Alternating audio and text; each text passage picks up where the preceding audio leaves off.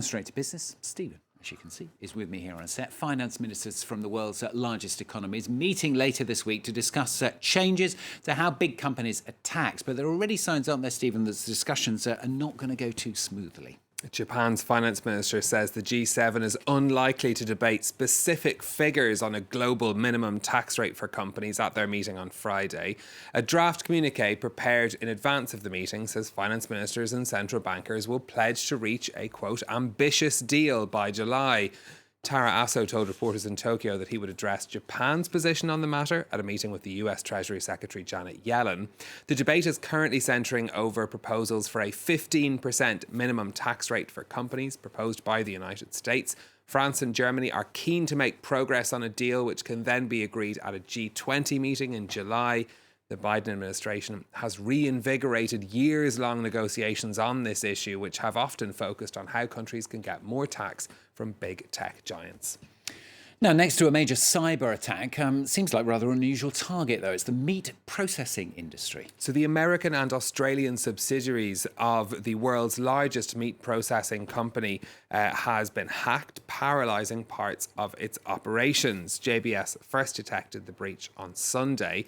In Australia, it's meant up to 10,000 workers being sent home without pay, according to unions.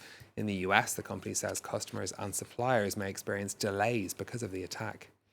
Here to France now, changes to the government furlough scheme coming into force from today. This is the government scheme that's paid the salaries of millions of private sector workers during the COVID-19 pandemic. As the economy is reopening, the help is being phased out. Before today, the furlough scheme was covering 84% of a worker's net salary. That will now go down to 72%. There is an exception for some of the sectors that have been worst hit during the pandemic, like tourism and hospitality. They'll have another month before the reduced rate is applied.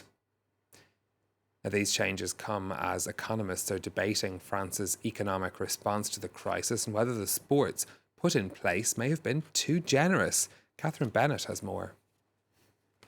It's back to business as usual.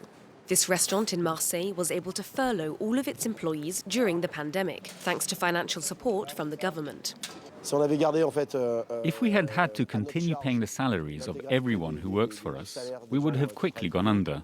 It would have been a disaster.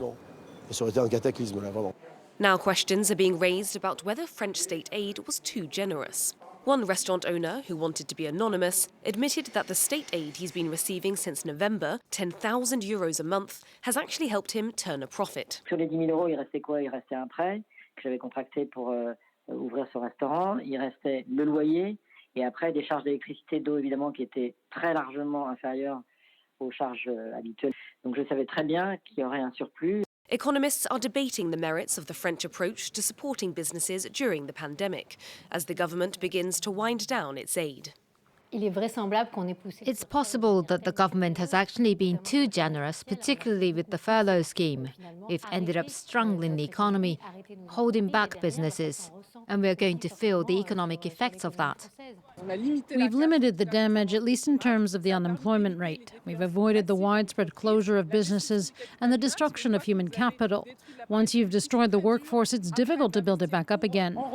The French government has estimated the cost of the crisis to be €424 billion over 3 years.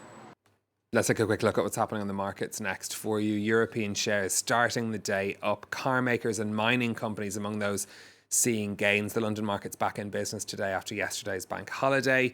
In Asia, a mixed bag. The Japanese market's finishing the day down, although there were gains in Hong Kong and in South Korea. South Korean shares helped by data showing a sharp increase in exports in May, the fastest growth there in 32 years. Finally from Stephen, the Australian airline Qantas offering prizes to people who have been vaccinated against COVID-19.